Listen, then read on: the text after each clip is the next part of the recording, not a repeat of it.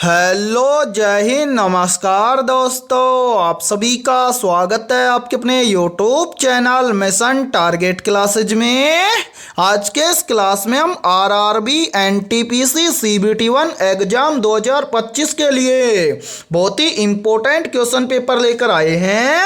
और मेरे भाई, इस क्वेश्चन पेपर के अंदर हम उन्हीं क्वेश्चनों को कवर करेंगे जो क्वेश्चन आपके आरआरबी एनटीपीसी सीबीटी1 एग्जाम 2025 के लिए इंपॉर्टेंट रहेंगे। इसलिए इस क्वेश्चन पेपर को आपको कंप्लीट देखना है और इस क्वेश्चन पेपर के एंड में आपको बताना है कि आपके टोटल कितने क्वेश्चन हैं सही होते हैं। और यदि आप हमारे इस यूट्यूब चैनल से पहली बार जुड़े हैं तो इस यूट्यूब चैनल को कर लीजिए सब्सक्राइब और बेल आइकन को प्रेस करना, ताकि ऐसी शानदार क्लास का नोटिफिकेशन आपको सबसे पहले देखने को मिले। तो चलिए शुरू करते हैं आज के इस प्रैक्टिस सेट को बिना देरी के। पहला प्रश्न है आप सभी के सामने।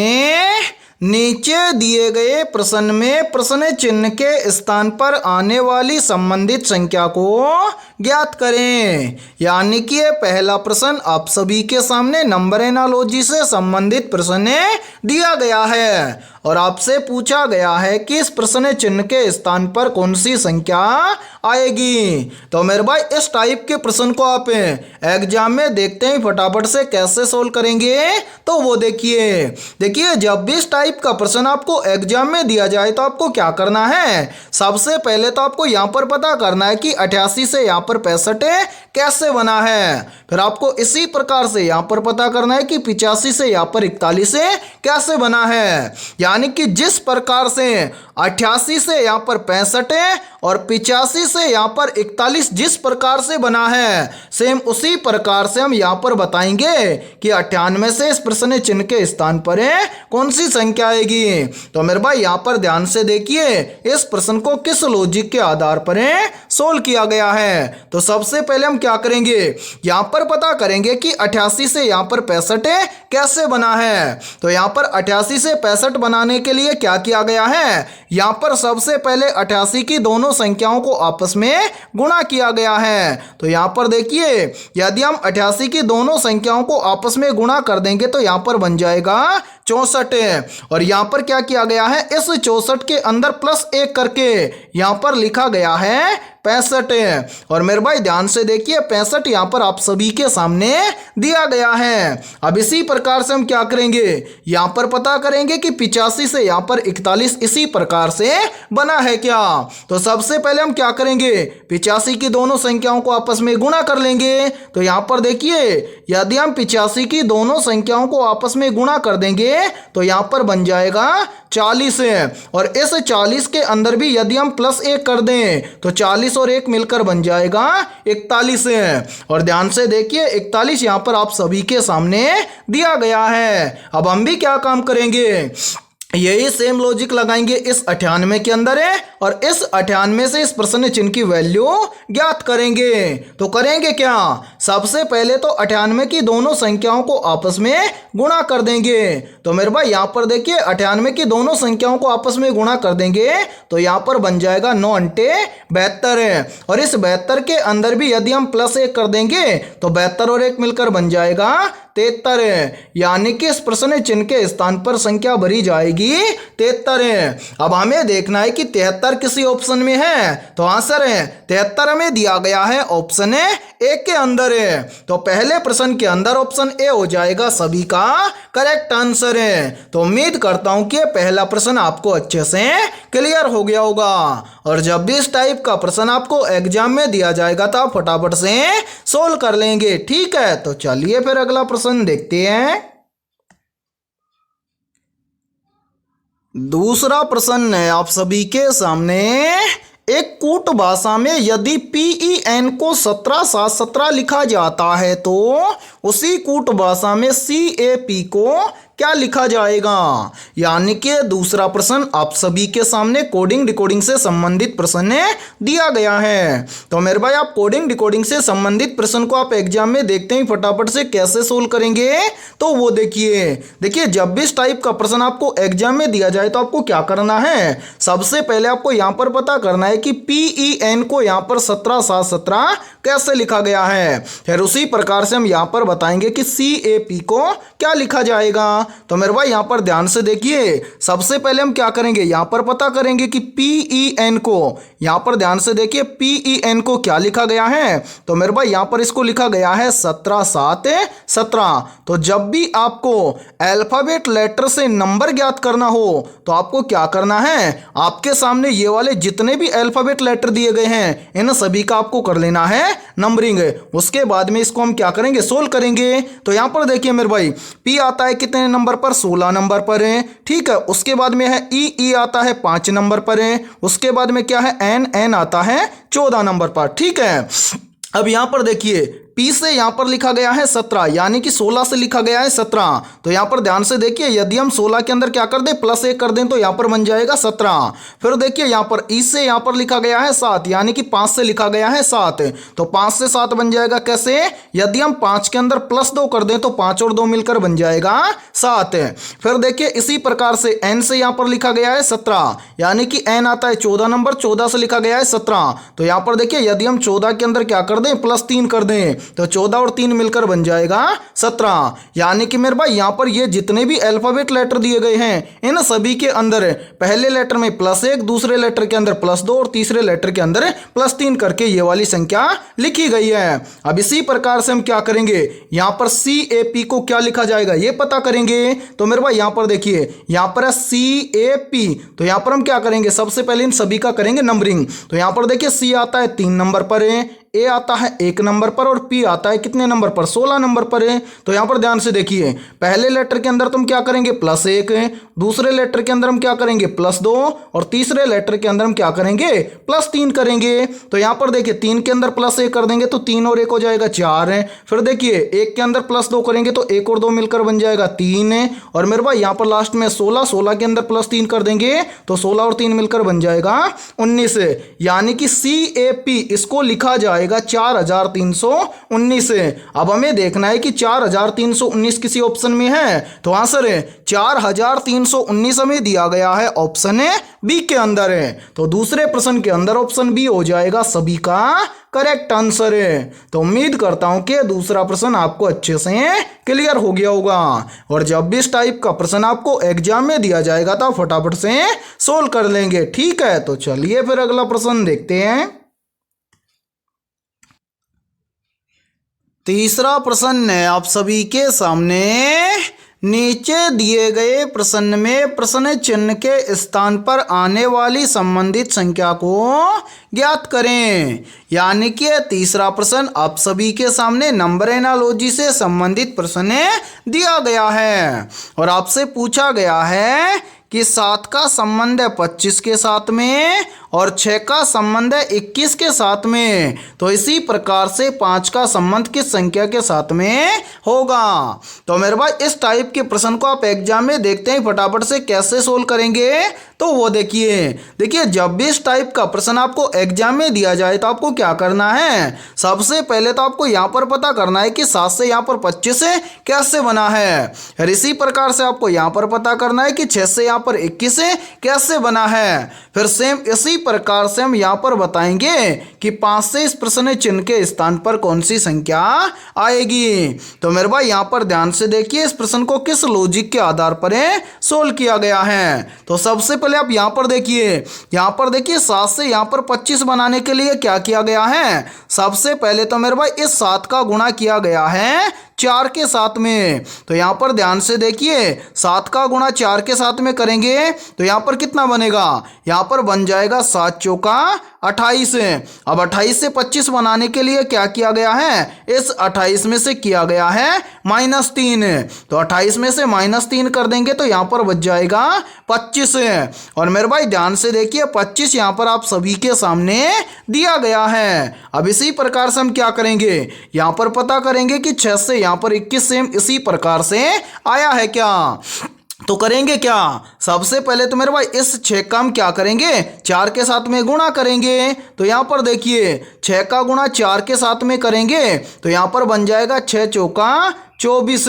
अब इस 24 में से भी हम क्या कर देंगे, -3 कर देंगे। तो 24 में से -3 करेंगे तो यहाँ पर बच जाएगा 21। और ध्यान से देखिए 21 यहाँ पर आप सभी के सामने दिया गया है। अब यही सेम लॉजिक हम लगाएंगे इस 5 के अंदर है और इस 5 से इस प्रश्न चिन्ह की वैल्यू ज्ञात करेंगे।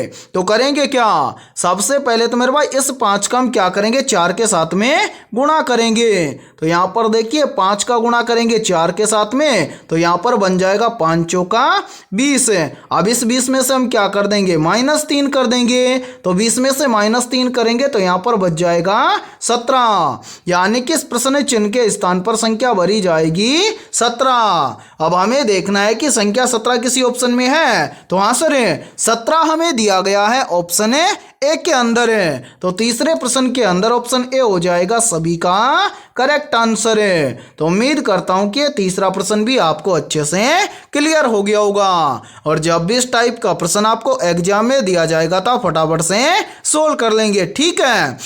और इसी के साथ में देखिए आप सभी के लिए बहुत ही इंपॉर्टेंट सूचना है। यदि आप पहली बार के अंदर रेलवे एनटीपीसी एग्जाम को क्रैक करना चाहते हैं तो हमने आपके रेलवे एनटीपीसी या फिर आरआरबी एनटीपीसी CBT1 एग्जाम 2025 के लिए GK, GS, mathematics, reasoning, current affairs और कंप्यूटर के इस तरह से ऑल सब्जेक्ट के 8000 प्लस मोस्ट इंपोर्टेंट क्वेश्चनों का PDF सेट तैयार किया है। यदि आप ये PDF सेट लेना चाहते हैं तो आप हमारे इस WhatsApp नंबर पर कांटेक्ट करके ले सकते हैं। और मेरे भाई इस PDF सेट की प्राइस हमने रखी है मात्र और मात्र 51 रुपये।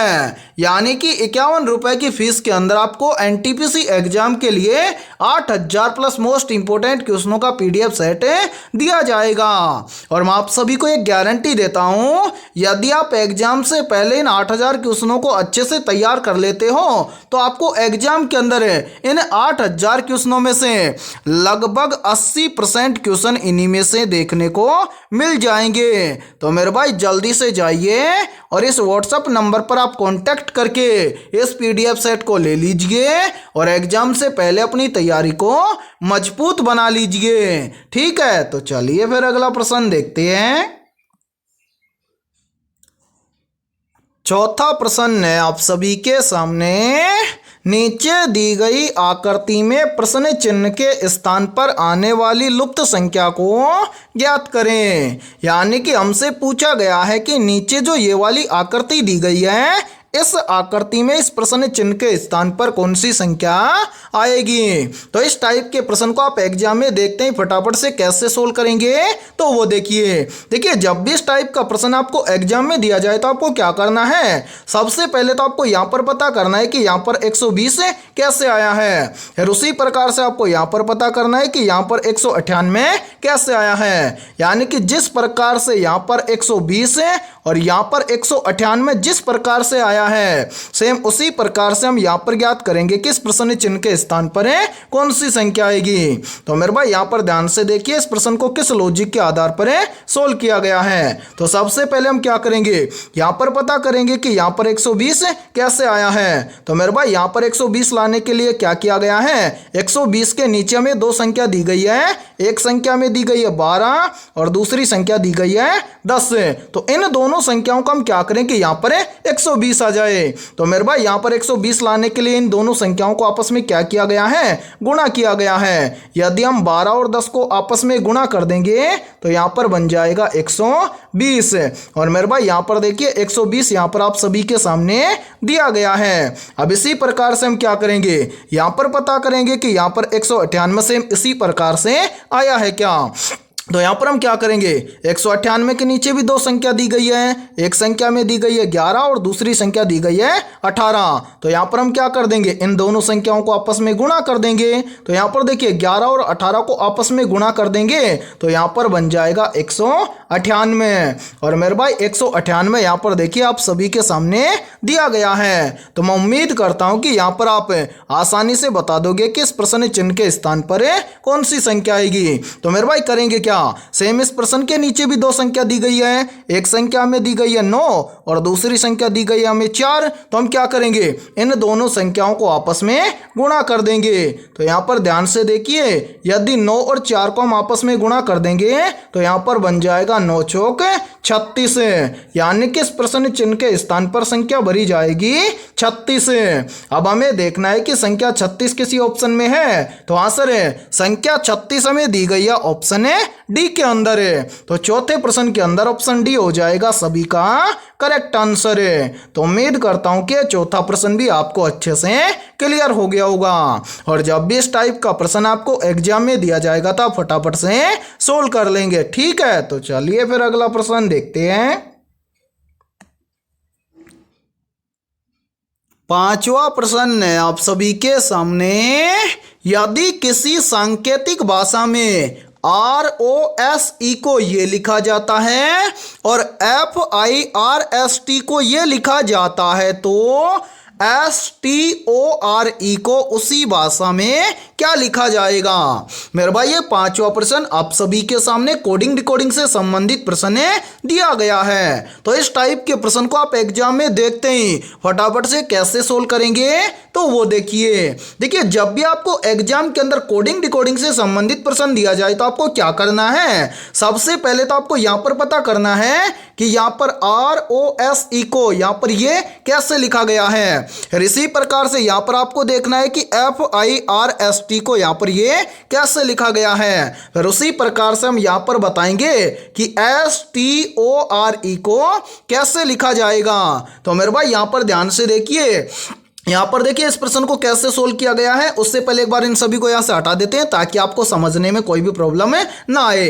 अब मेरे भाई यहाँ पर ध्यान से देखिए यहाँ पर S को क्या लिखा गया है, यहाँ पर S है कहाँ पर, यानी कि लास्ट से पहले। तो यहाँ पर देखिए लास्ट से पहले क्या है 3, यानी कि S को लिखा गया है 3। इसी प्रकार से यहाँ पर देखिए यहाँ पर है S यानी कि लास्ट से पहले। उसी प्रकार से देखिए यहाँ पर भी S को क्या लिखा गया है 3। तो मेरे भाई यहाँ पर ध्यान से देखिए इस S को भी हम क्या लिख देंगे 3। ठीक है, इसी प्रकार से समझिए ध्यान से। फिर मेरे भाई S के बाद में यहाँ पर क्या है T। तो यहाँ पर ध्यान से देखिए T है, यहाँ पर T है लास्ट में। तो यहाँ पर देखिए लास्ट में T को लिखा गया है 7। तो हम यहाँ पर भी क्या कर देंगे T को लिख देंगे 7। ठीक है, उसके बाद में क्या है O। तो मेरे भाई O को क्या लिखा गया है, तो यहाँ पर देखिए O है 2 नंबर पर। तो यहाँ पर देखिए O को लिखा गया है 4। तो यहाँ पर हम O को लिख देंगे 4। ठीक है, इसी प्रकार से O के बाद में क्या है R। तो मेरे भाई R को क्या लिखा गया है, तो यहाँ पर देखिए R है 3 नंबर पर, R को लिखा गया है हैज। तो यहाँ पर हम क्या कर देंगे R को लिख देंगे हैज। ठीक है, इसी प्रकार से लास्ट में क्या है, यहाँ पर है E को क्या लिखा गया है, तो मेरे भाई यहाँ पर देखिए E को यहाँ पर देखिए लास्ट में लिखा गया है डॉलर। तो यहाँ पर भी हम E को क्या लिख देंगे डॉलर। ठीक है, यानी कि STORE इसको लिखा जाएगा 374 हैज डॉलर। अब हमें देखना है कि 374 हैज डॉलर किसी ऑप्शन में है। तो हाँ सर 374 हैज डॉलर हमें दिया गया है ऑप्शन है सी के अंदर है। तो पांचवें प्रश्न के अंदर ऑप्शन सी हो जाएगा सभी का करेक्ट आंसर है। तो उम्मीद करता हूं कि जब भी आपको एग्जाम के अंदर इस टाइप का प्रश्न दिया जाएगा तो फटाफट से सोल्व कर लेंगे। ठीक है, तो चलिए फिर अगला प्रश्न देखते हैं। छठा प्रश्न है आप सभी के सामने, निम्नलिखित में से इसरो का मुख्यालय कहां पर स्थित है। ऑप्शन ए है बेंगलुरु में, ऑप्शन बी है देहरादून में, ऑप्शन सी है मुंबई में और ऑप्शन डी है दिल्ली में। तो यहाँ पर देखिए इन चारों में से करेक्ट आंसर हो जाएगा सभी का ऑप्शन है ए, यानी कि इसरो का मुख्यालय बेंगलुरु में स्थित है। तो छठे प्रश्न के अंदर करेक्ट आंसर हो जाएगा सभी का ऑप्शन है ए। तो चलिए फिर अगला प्रश्न देखते हैं। सातवां प्रश्न है आप सभी के सामने। कंप्यूटर की मेमोरी को मापने की इकाई क्या है? ऑप्शन ए है किलोमीटर, ऑप्शन बी है लीटर, ऑप्शन सी है बाइट और ऑप्शन डी है हर्ट्ज। तो जल्दी से बताइए इन चारों में से करेक्ट आंसर क्या होगा। आपसे पूछा गया है कि कंप्यूटर की मेमोरी को मापने की इकाई क्या है। तो यहाँ पर देखिए इन चारों में से करेक्ट आंसर हो जाएगा सभी का ऑप्शन है सी, यानी कि कंप्यूटर की मेमोरी को मापने की इकाई है बाइट। तो सातवें प्रश्न के अंदर करेक्ट आंसर हो जाएगा सभी का ऑप्शन है सी। तो चलिए फिर अगला प्रश्न देखते हैं। आठवां प्रश्न है आप सभी के सामने। कौन सा विटामिन रक्त का थक्का जमाने में मदद करता है? मेरे भाई मोस्ट इंपोर्टेंट प्रश्न है ये। तो जल्दी से बताइए इन चारों में से करेक्ट आंसर क्या होगा। आपसे पूछा गया है कि कौन सा विटामिन रक्त का थक्का जमाने में मदद करता है। तो यहाँ पर देखिए इन चारों में से करेक्ट आंसर हो जाएगा सभी का ऑप्शन है सी, यानी कि विटामिन के रक्त का थक्का जमाने में मदद करता है। तो आठवें प्रश्न के अंदर करेक्ट आंसर हो जाएगा सभी का ऑप्शन है सी। तो चलिए फिर अगला प्रश्न देखते हैं। नौवां प्रश्न है आप सभी के सामने। भागीरथी नदी व अलकनंदा नदी किस स्थान पर आकर मिलती है? ऑप्शन ए है देवप्रयाग में, ऑप्शन बी है देहरादून में, ऑप्शन सी है हरिद्वार में और ऑप्शन डी है गंगोत्री में। तो यहाँ पर देखिए इन चारों में से करेक्ट आंसर हो जाएगा सभी का ऑप्शन है ए, यानी कि भागीरथी नदी व अलकनंदा नदी ये दोनों देवप्रयाग स्थान पर आकर मिलती हैं। तो नौवें प्रश्न के अंदर करेक्ट आंसर हो जाएगा सभी का ऑप्शन है ए। तो चलिए फिर अगला प्रश्न देखते हैं। 10वां प्रश्न है आप सभी के सामने। निम्नलिखित में से खादी उत्सव किस राज्य में मनाया जाता है? मेरे भाई मोस्ट इंपोर्टेंट प्रश्न है ये। तो जल्दी से बताइए इन चारों में से करेक्ट आंसर क्या होगा।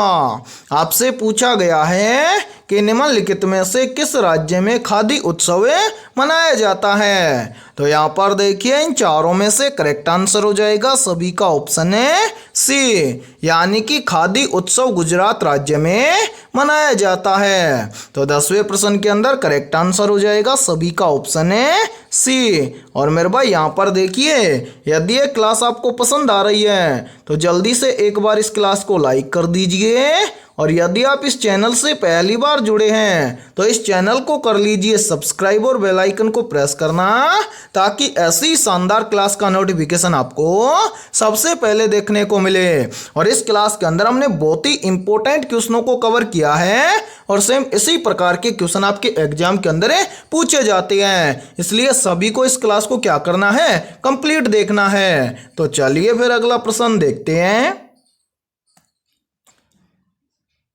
11वां प्रश्न है आप सभी के सामने। निम्नलिखित में से खिलाफत आंदोलन किसने शुरू किया था? ऑप्शन ए अली बंधु ने, ऑप्शन बी है सुभाष चंद्र बोस ने, ऑप्शन सी है अबुल कलाम आजाद ने और ऑप्शन डी है महात्मा गांधी ने। तो यहाँ पर देखिए इन चारों में से करेक्ट आंसर हो जाएगा सभी का ऑप्शन है ए, यानी कि खिलाफत आंदोलन शुरू किया था किसने? अली बंधु ने। तो 11वें प्रश्न के अंदर करेक्ट आंसर हो जाएगा सभी का ऑप्शन है ए। तो चलिए फिर अगला प्रश्न देख लेते हैं। 12वां प्रश्न है आप सभी के सामने। नोबेल पुरस्कार विजेता अमर्त्य सेन किस क्षेत्र से जुड़े हैं? तो यहाँ पर देखिए इन चारों में से करेक्ट आंसर हो जाएगा सभी का ऑप्शन है सी, यानी कि नोबेल पुरस्कार विजेता अमर्त्य सेन अर्थशास्त्र के क्षेत्र से जुड़े हैं। तो 12वें प्रश्न के अंदर करेक्ट आंसर हो जाएगा सभी का ऑप्शन है सी। तो चलिए फिर अगला प्रश्न देखते हैं। 13वां प्रश्न है आप सभी के सामने। देश का प्रथम तैरता एटीएम कहाँ स्थापित किया गया था?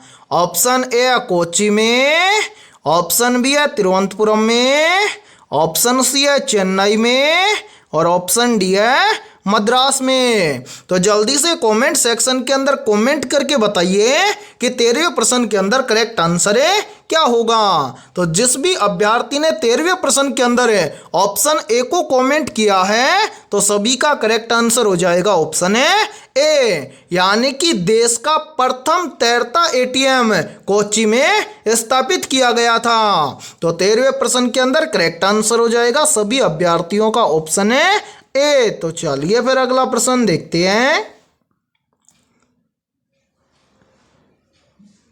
14वां प्रश्न है आप सभी के सामने, काली मिट्टी को किस नाम से जाना जाता है। तो यहां पर देखिए इन चारों में से करेक्ट आंसर हो जाएगा सभी का ऑप्शन है बी, यानी कि काली मिट्टी को रेगुड़ के नाम से जाना जाता है। तो 14वें प्रश्न के अंदर करेक्ट आंसर हो जाएगा सभी का ऑप्शन है बी। तो चलिए फिर अगला प्रश्न देखते हैं।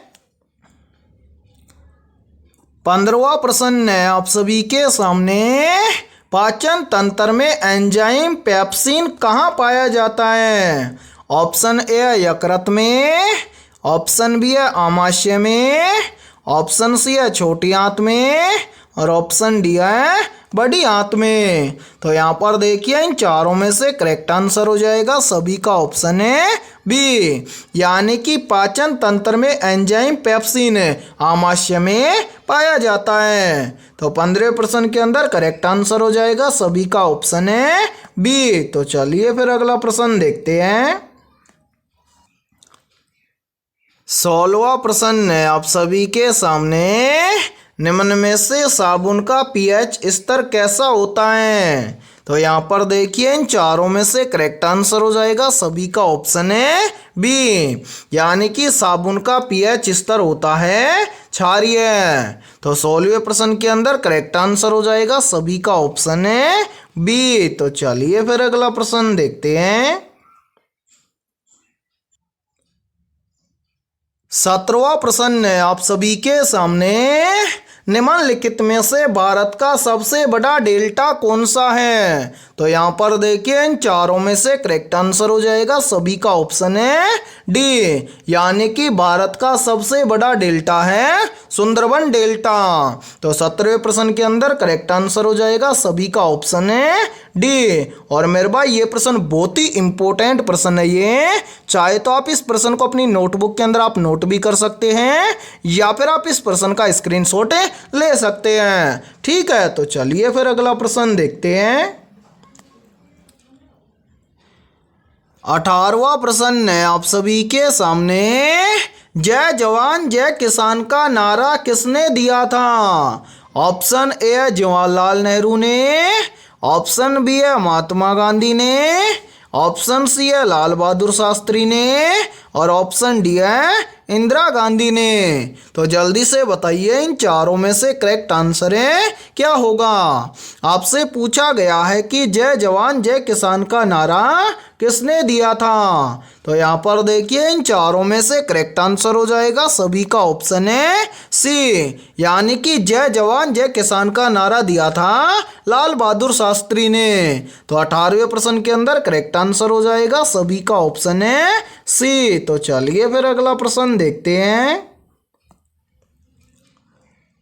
19वां प्रश्न है आप सभी के सामने, न्यायपालिका की स्वतंत्रता किस अनुच्छेद के अंतर्गत सुनिश्चित की गई है। तो यहाँ पर देखिए इन चारों में से करेक्ट आंसर हो जाएगा सभी का ऑप्शन है सी, यानी कि न्यायपालिका की स्वतंत्रता अनुच्छेद 50 के अंतर्गत सुनिश्चित की गई है। तो 19वें प्रश्न के अंदर करेक्ट आंसर हो जाएगा सभी का ऑप्शन है सी। तो चलिए फिर अगला प्रश्न देखते हैं। 20वां प्रश्न है आप सभी के सामने, सतपुड़ा पर्वतमाला किन दो नदियों के बीच स्थित है। मोस्ट इंपोर्टेंट प्रश्न है ये, तो जल्दी से बताइए इन चारों में से करेक्ट आंसर है क्या होगा।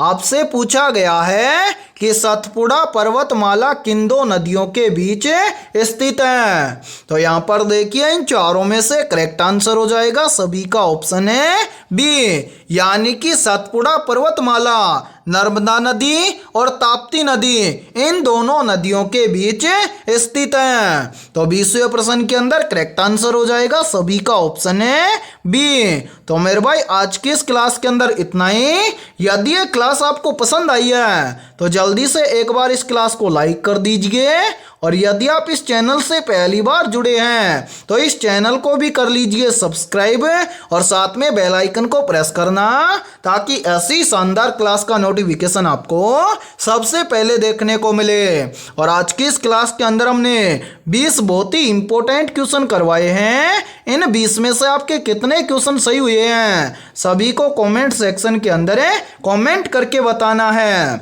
और जिन भी अभ्यर्थियों के इन 20 में से लगभग 17 प्लस क्वेश्चन सही हुए हैं तो समझना उनकी तैयारी बेहतर है। तो फिर मिलते हैं ऐसे ही बेहतरीन क्वेश्चनों के साथ सुबह 7 बजे।